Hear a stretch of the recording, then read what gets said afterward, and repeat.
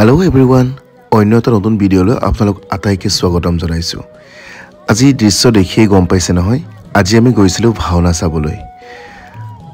মহাপুৰুষ শ্ৰীমন্ত শংকৰদেৱ আৰু মাধৱদেৱে আমাক সংস্কৃতিৰ ভঁৰালখন টনকিয়াল কৰিবলৈ বহুতখিনি উপাদান দি গৈছে। গীত, অংকীয়া ভাওনা, নাট, বৰগীত আদি বিভিন্ন ধৰণৰ উপাদান দি গৈছে, যাৰ দ্বাৰা সংস্কৃতিৰ ভঁৰালখন চহকী কৰাৰ উপৰিও সমাজখনক একত্ৰিতভাৱে ধৰি ৰাখিব পাৰি। আজি আমি যিখন ভাওনা চাবলৈ গৈছিলোঁ, এই ভাওনাখন আছিলে অংকীয়া ভাওনা ৰাম বিজয়। আৰু এই ৰাম বিজয় ভাওনাখন কেইজনমান কণমানি শিশু শিল্পীয়ে তাত পৰিৱেশন কৰিছিল। কিমান এটা ভাল লগা পৰিৱেশ নহয়নে?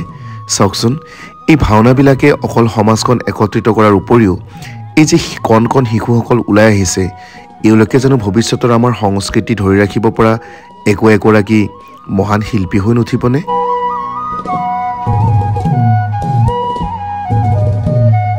ভাওনাটো আমি হয়তো আগতে বহুবাৰ দেখিছোঁ, কিন্তু এই যে ভিতৰৰ পৰিৱেশটো, এয়া কিন্তু সঁচাকৈ চাবলগীয়া।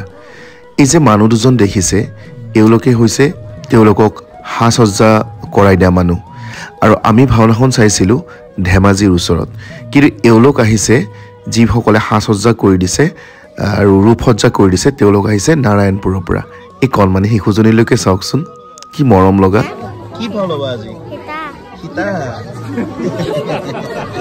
আৰু এও হৈছে বিশ্বামিত্ৰ।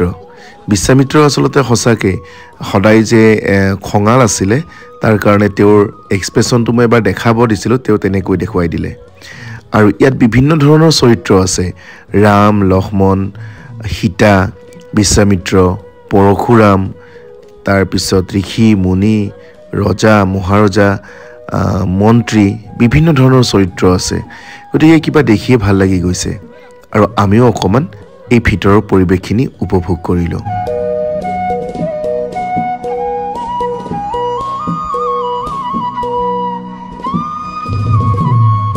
এইজন লক্ষ্মণ, চাওকচোন কি ভাল লাগিছে দেখিয়ে।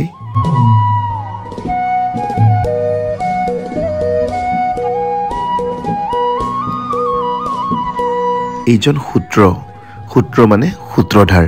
সূত্ৰধাৰজনৰ কিন্তু ভাওনাখনত বহুতখিনি গুৰুত্বপূৰ্ণ ভূমিকা আছে।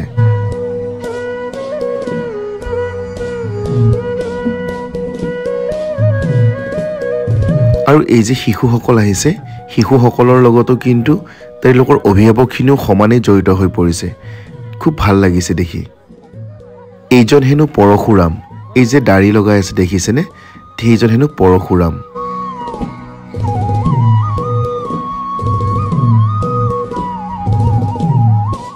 আৰু আমি এনেদৰে ভিতৰৰ পৰিৱেশ চাই থাকোঁতে ইতিমধ্যেই নামঘৰত গায়ন বায়ন আৰম্ভ হৈ গ'ল।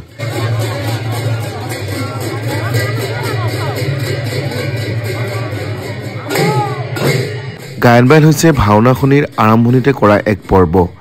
যদি আমি ক'বলৈ চাওঁ, তেতিয়াহ'লে বৰ্তমান সময়ত নাটক আৰম্ভ হোৱাৰ আগত যিটো আমাৰ অৰ্কেষ্ট্ৰা বজোৱা হয়, ঠিক তেনেকুৱা এক প্ৰক্ৰিয়া।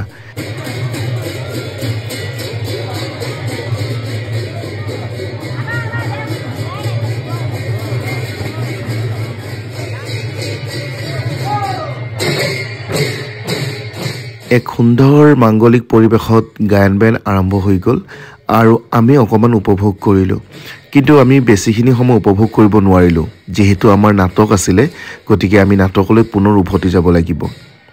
চাওকচোন, দৰ্শকে ঠাহ খাই একেবাৰে ভৰি পৰিছে নামঘৰৰ চৌপাশ। কিবা এটা ভাল লগা পৰিৱেশ। ভিডিঅ'টো চাই যদি ভাল লাগিছে, তেতিয়াহ'লে লাইক কৰিব, কমেণ্ট কৰিব আৰু শ্বেয়াৰ কৰিবলৈ নাপাহৰিব।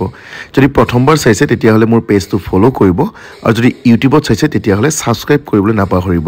ধন্যবাদ।